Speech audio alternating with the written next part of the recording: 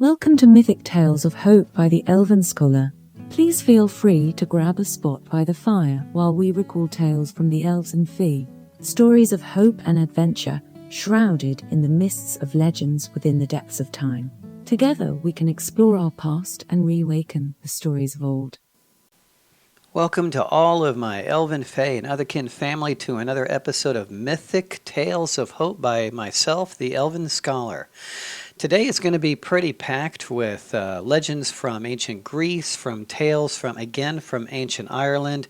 We've got some parables we're going to be talking about with hopefully some good news for you, for helping you through life, and another spot of elvish poetry for all of you. So I'd like to go ahead and start with an amazing set of 10 stories, very short stories from ancient Greece. But the neat thing about this is these are tales that actually have history behind them. So these myths, they have found that there is actually some truth behind them.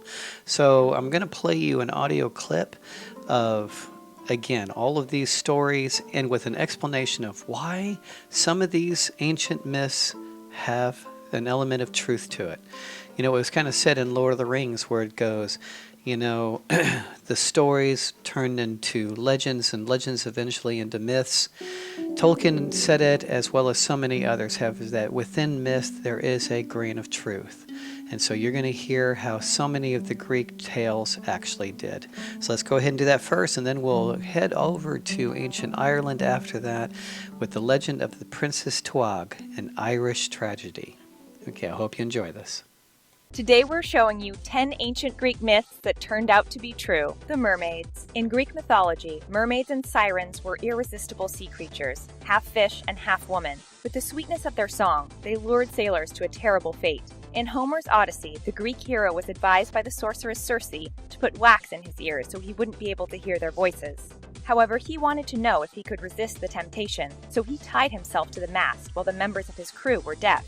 When he heard the song, he begged them to let him go, but they just waited until they were far away from the sirens instead.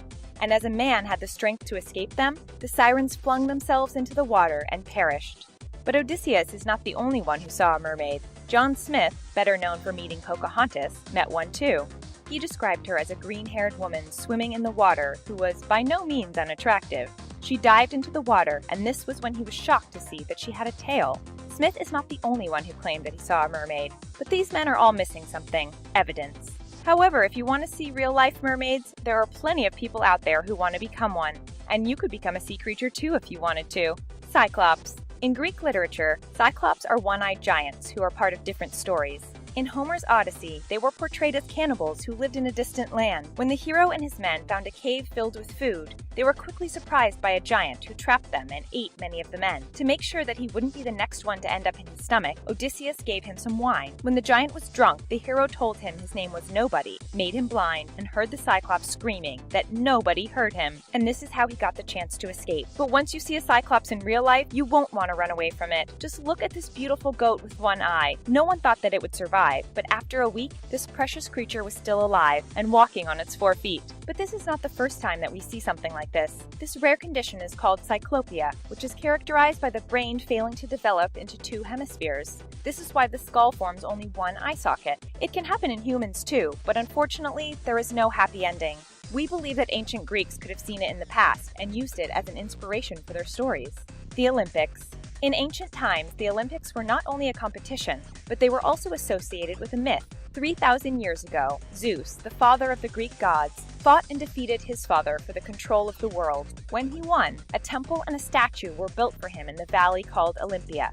His son Heracles then decided to become the founder of the games and the religious festivals in the city in his honor. Held every 4 years during the summer, male citizens from everywhere in Greece came to the city to face the competition in the most popular games in the country. At that time, the foot race was the only event. But over the decades, more activities were added like wrestling, the pentathlon, and the javelin throw. One funny thing to know is that the men were competing naked at that time, and there was nothing to be ashamed of. But a lot of things have changed since then, including the clothes. The Olympic Games disappeared in the middle of the 2nd century BC when Greece lost its independence to Rome. But they came back centuries later when Pierre de Coubertin decided to revive the Olympic Games in 1896. Since that day, athletes from all around the world are competing in what has become the most popular games in human history, Icarus. Men have always wanted to fly, and this is probably what inspired this myth. Icarus was the son of a man who created the labyrinth that was used to trap the Minotaur, but to keep this secret safe, he and his father were imprisoned in a tower above King Minos' palace. The two men found a way to escape by creating two sets of wings that were made with feathers glued together with wax. They were surprisingly able to fly away, but Icarus didn't listen to his father when he told him not to fly too high. This is how the sun melted the wax and Icarus fell into the sea. We now know that this story is impossible, but not for the reason that you might think. The sun is so far that flying a little higher can't do any damage to the wings, unless someone finds a way to fly up into space. But when it comes to flying with wings, a man recently proved that it was possible. Jetman Eve Rossi loves flying in the sky in Dubai like a superhero at a speed of up to 125 miles per hour. We still can't believe that he found a way to realize every man's dream. And this time, we're pretty sure that the 7-foot wings fixed to his back won't melt. Prophecies. When you can't understand something, you find meaning anywhere around you, and this is where these strange myths come from. Greeks relied on oracles to make important decisions, and also used the science of omens to read the future. But one of the most important things anyone could learn from was their dreams, which they believed was a message sent from the gods. There were 3 types of dreams that could be significant. Some of them were a literal vision of what could occur, others required symbolic interpretation, and the last ones were a visit from friends, ghosts, or even gods. Homer's Odyssey was a great example of this, as Penelope dreamed of an eagle getting rid of 50 geese while she was waiting for her husband to return home from war. She later realized that it was symbolic of Odysseus coming back after getting rid of the suitors. But what about dreams nowadays? We still don't really understand them, but many people think that they actually have a meaning. They won't tell you what will happen next week, but they can use your past to make you move forward in the future. For example, if you experience trauma, you will probably have dreams associated with it. By getting used to this source of stress, you will feel better when you experience something similar. And that's why any reason is good to have a good night of sleep. The Trojan Horse. If you thought that this adventure was part of history, you'll be disappointed to hear that it is mostly a myth. In Homer's poem The Iliad, Prince Paris of Troy stole Helen from her husband, King Menelaus. This is why he decided to besiege the city for 10 years, hoping to get her back. After many heroes had passed away, they knew that they had to find a better way to win the war. They gave the Trojans a giant wooden horse as an offering to the goddess Athena. The Trojans dragged the horse within Troy, but they weren't prepared for what was going to happen next. They were attacked by the men hiding in the horse, and this is how the Greek warriors won the war. However, even though evidence shows that Troy did burn down during the war, there is no proof that the giant horse ever existed. Homer wrote the poem several hundred years after the war took place, so it was impossible for him to know what really happened. No matter what, the myth is so popular that we still talk about the Trojan horse nowadays. But in the 21st century, it now means something else. This is now what we call computer codes that look like legitimate applications, but that are actually used to steal personal information. Who knew that the Trojan War was still happening nowadays? Oedipus. This is probably one of the most famous tragedies of all time, and we're still reading it thousands of years after. In this story, an oracle told King Laius and his wife Jocasta that their son was a threat, so they decided to give him away. Oedipus never met his parents and was raised by a shepherd. When an oracle told him that he was going to do something terrible to his parents, he decided to leave his family, not knowing that he was actually adopted. This is what didn't stop him from accidentally getting rid of his biological father, defeating the Sphinx, marrying his mother, and becoming king of Thebes. All the prophecies were true after all, and when Oedipus realized what happened, we didn't have the chance to see a happy ending, which is probably why it's called a tragedy. This story was so popular that the name of the hero is still used today in modern psychology. The Oedipus complex describes a young boy who falls in love with his mother, but can't stand his father. Sigmund Freud thought that it was a crucial stage in the normal development process of a child, around the age of 3 or 5. Not everyone agrees with this theory, but this is still proof that we won't be forgetting what happened thousands of years ago. Scylla. In Ovid's Metamorphosis, this character was believed to be a beautiful woman. A man fell in love with her and asked Circe for a love potion to win her. The sorceress fell in love with him and decided to turn Scylla into a monster to get rid of the competition. In Homer's Odyssey, Scylla was an immortal and irresistible sea monster with 12 feet and 6 heads with a triple row of shark-like teeth. She ate anything that stood in her way, including 6 of Odysseus's men. It didn't take too long for the hero to navigate past her, and this memory will probably stay in his head forever. But did you know that you can still see monsters like this in real life? They don't have 6 heads, but we think that 2 is already really impressive. The 2-headed snake shares one body, but they both have different personalities. One is more aggressive than the other, and even physically attacks the other head. Polycephaly is the biological term for having many heads. It is rare in humans, but it is more common among reptiles. Aristotle even found one in 350 BC, so it is possible that Homer used it as an inspiration. So yes, you might see a two-headed monster one day if you're lucky, but we don't think that it's going to eat you. The music. Humans have been interested in beautiful sounds since they have been able to recreate them. And in ancient Greece, they even thought that it was a gift from the gods. Muses were entertaining the gods with their singing, dancing, and music. Dionysus, the god of wine, was associated with this art, and the invention of many instruments was also attributed to different gods. Most Greeks knew how to play music, which was used as a way to worship the ancient gods. This is why philosophers started studying music, and the followers of Pythagoras even believed that it was a mathematical expression of the cosmic order. At that time, people thought that music could even cure mental and physical illnesses. They also believed that it could have an emotional and moral effect on the listener and their soul. This is why some instruments were banned, and complicated rhythms and music were considered morally dangerous to anyone who listened to it. And it's in the 21st century that we can finally say they were right. Music can actually improve our health in many ways. It can reduce stress and anxiety, improve memory, decrease pain, improve immune functioning, and help us exercise. But don't worry, we won't ban it anytime soon. If music is really a gift from the gods, we want to use it as much as we can. Medusa. This creature was one of the most terrifying women who ever existed. She wore snakes on her head as a punishment from goddess Athena. Medusa was so hideous that anyone who looked at her would be turned into stones. It seemed impossible to stop her, and this is why Polydectes asked Perseus to come back with her head, thinking that he would easily get rid of him. The hero was finally able to do it by using a reflective bronze shield that Athena gave to him. Perseus then escaped, and when he came back home, he used Medusa's head to turn Polydectes and his court into stone. You might think that this story is nothing but a myth, and don't worry, we won't show you a woman with snakes on her head, but you will be surprised to learn that something can actually end your life just by looking at it. It is the Chernobyl's elephant's foot, also nicknamed the real-life Medusa. After a disaster in the nuclear power plant in 1986, the core of the reactor began to melt and created a lava-like substance that was called the elephant's foot for its wrinkled appearance. The radiation level was so high that anyone who looked at it for more than 300 seconds would pass away 2 days later. And this substance will stay radioactive for the next 100,000 years. When we think about this, we think that we prefer a woman with snakes on her head. So as you can see, even some of the most bizarre and obscure myths can have a kernel of truth in them. Very often in my YouTube channel, The Elven Scholar, Gentle Musings of an Elven Scholar, or on our radio show, Elven Awakenings Chatting with the Elven Scholar, I will sometimes talk about Tolkien and some of the truths that actually were behind his stories. A lot of people will look at it and go, well, it was all just pure fairy tale. Even Tolkien himself stated that he does not believe that he actually wrote the stories, that they were given to him, whether it was through inspiration or, as one tale goes, because he was digging around in the deep archives of Oxford and found these stories that had been buried for hundreds of years, and he translated them, and here we are. Who's to say? But it is interesting, like Jules Verne's, for those that are familiar with the old stories of Jules Verne's Voyage to the Bottom of the Sea and so forth.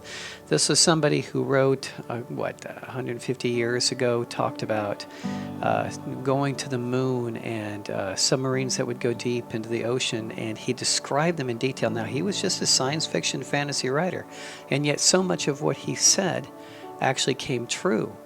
So who's to say? Is it because he said it they came true, or because they came true and he was inspired to predict it?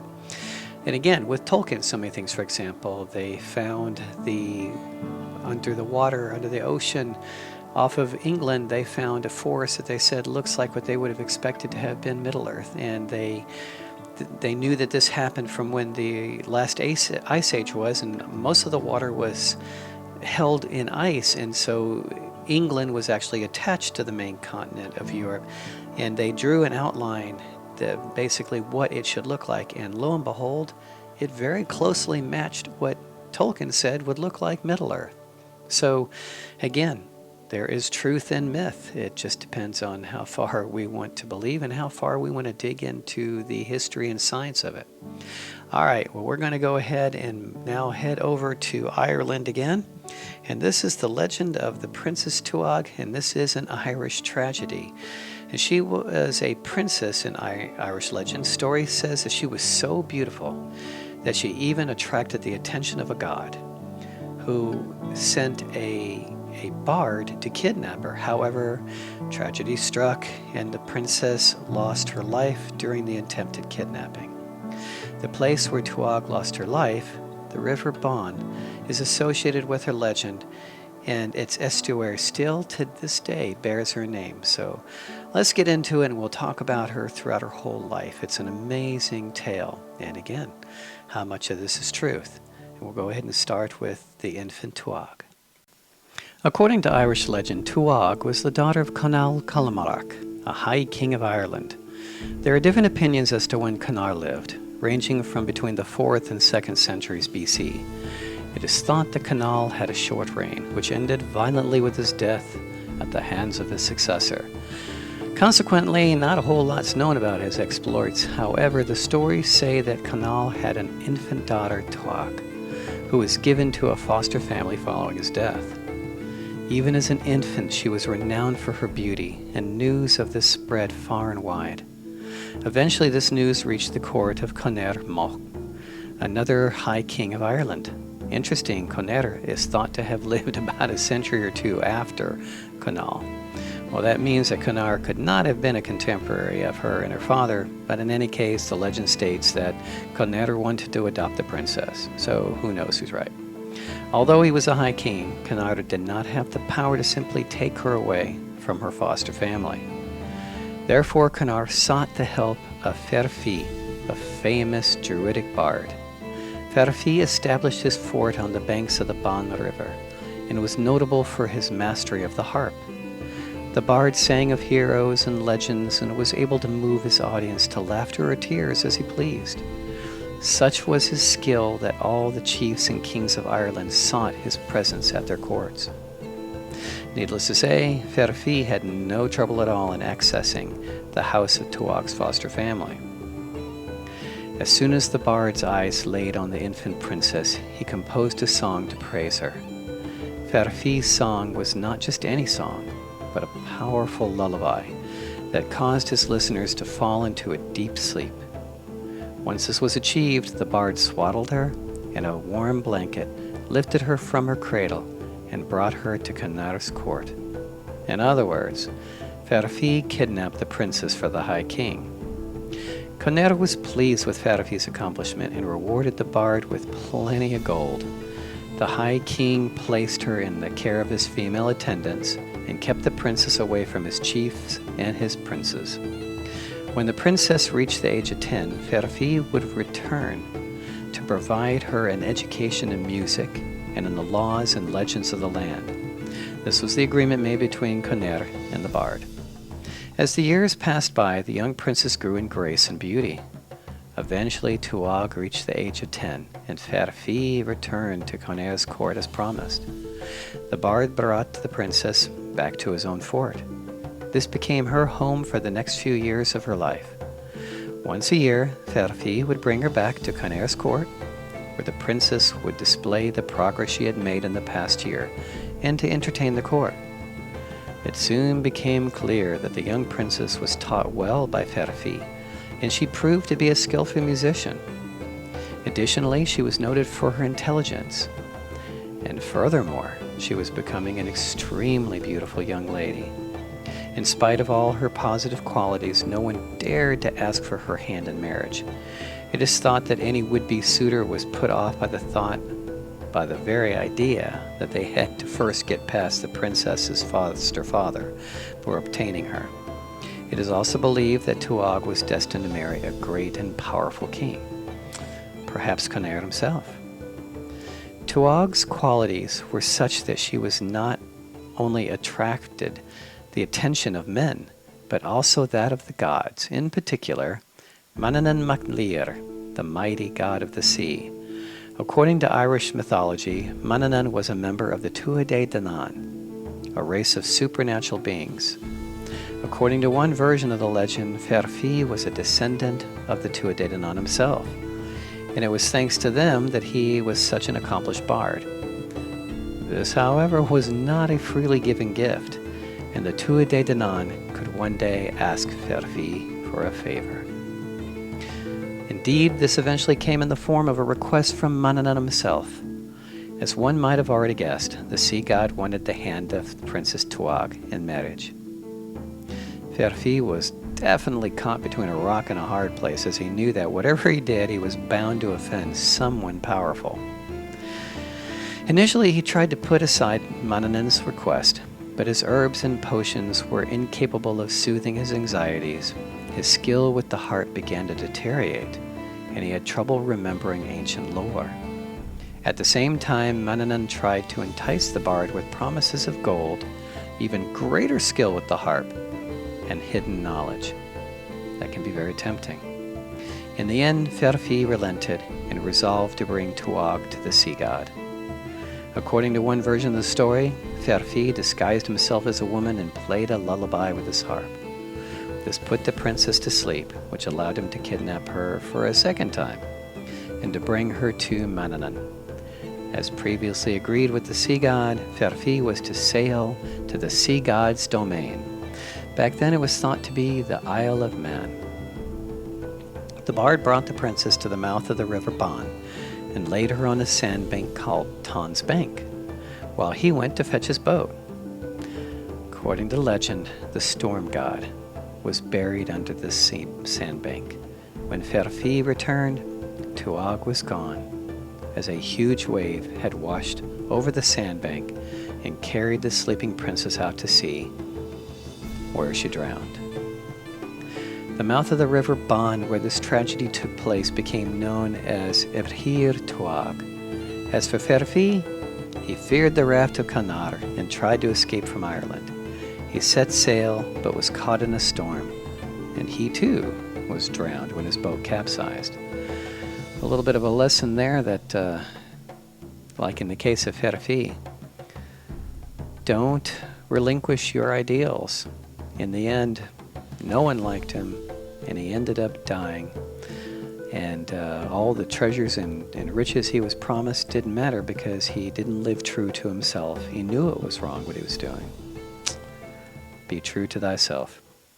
All right. I'm going to go ahead and take a little break here and talk about one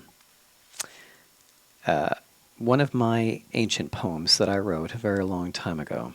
And then after this, I'll go ahead and give a short little clip about Lancelot. It's interesting that there seems to be more truth and history behind Lancelot of Camelot than we know. So I'll play a little clip here in a few minutes, and then next week I plan on going into a wonderful stories, a lot more detail about the historical Lancelot. For now, okay, here we go. This is a poem I wrote a very long time ago, and I hope you enjoy it. It's called The Seed of Knowledge and the Tree of Wisdom. So, again, I hope you enjoy it.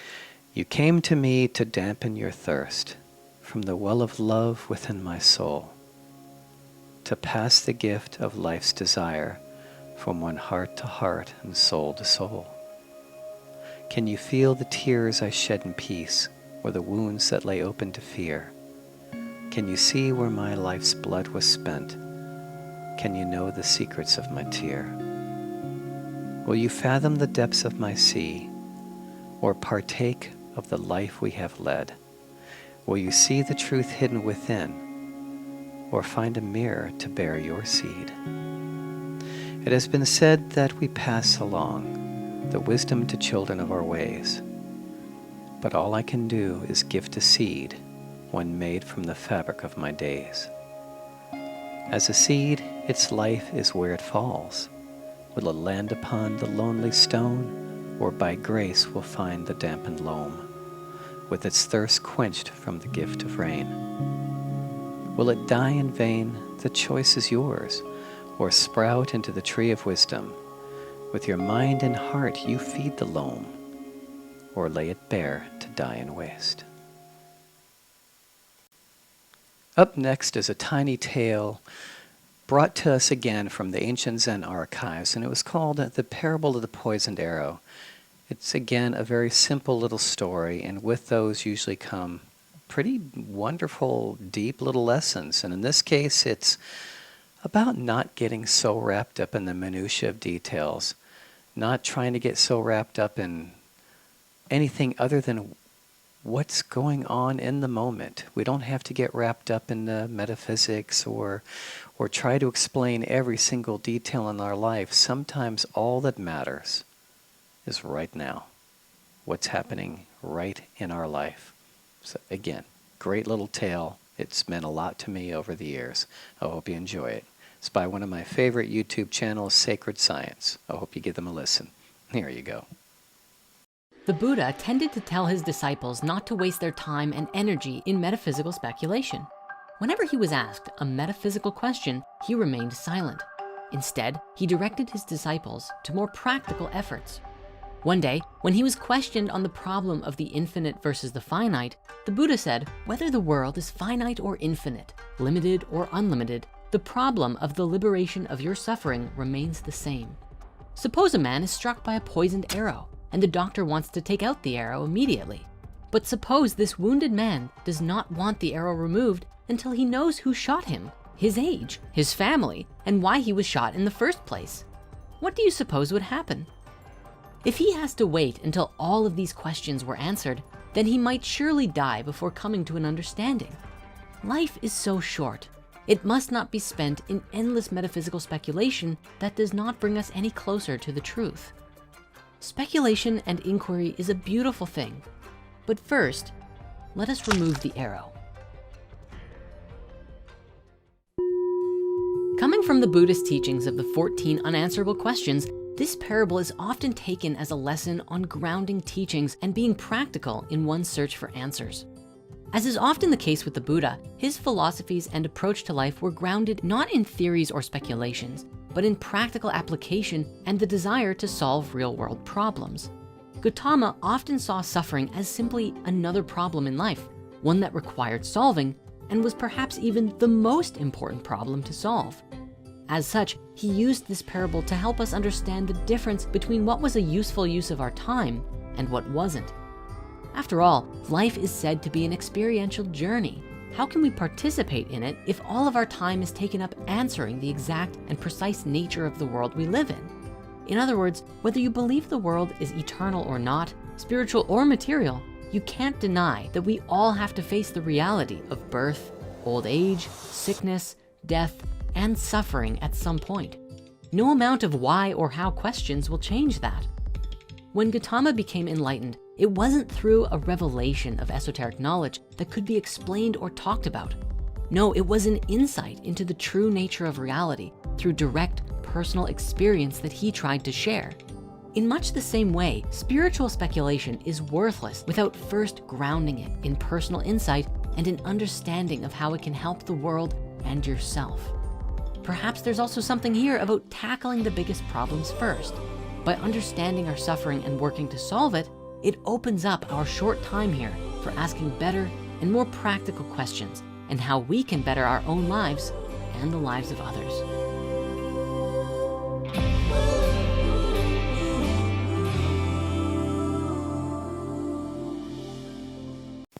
We now travel to ancient England in the land of Camelot and King Arthur.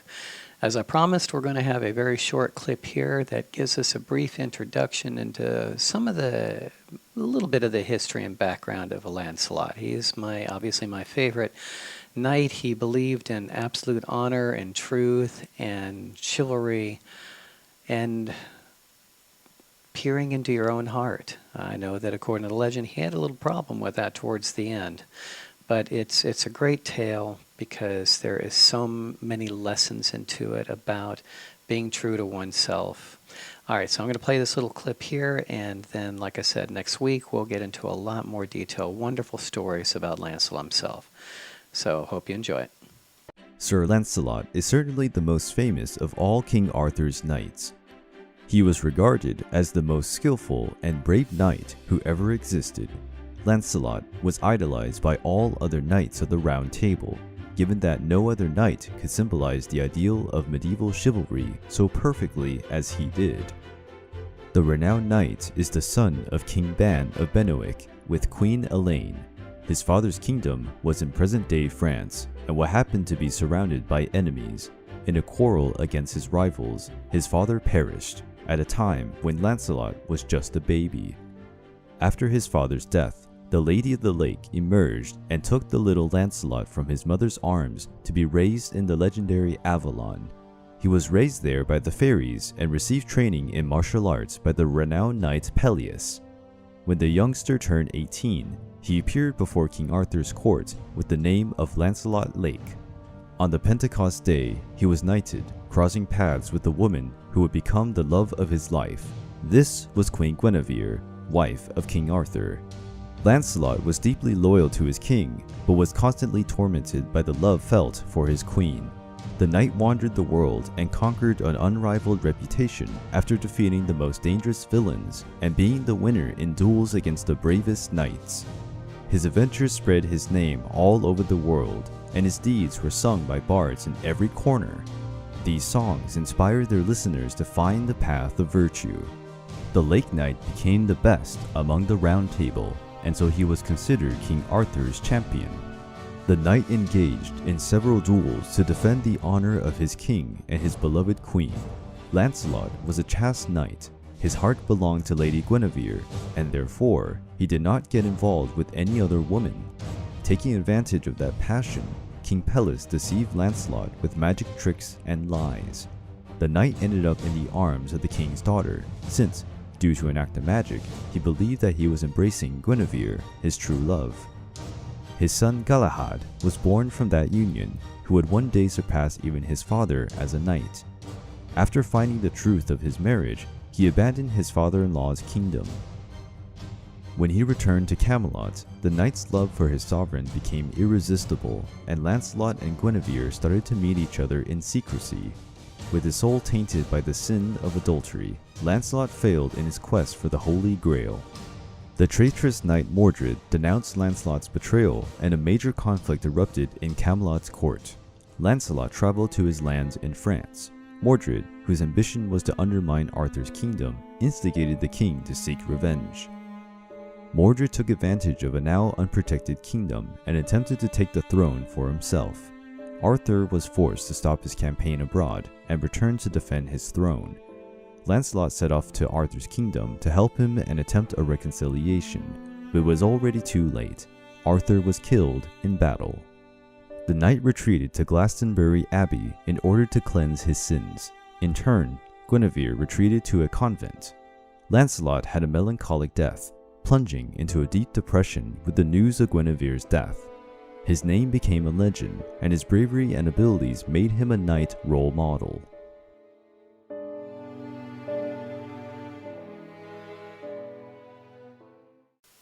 I'd like to take a moment and say thank you to all those who we used your audio clips this time. Thank you again for the wonderful work that all of you do.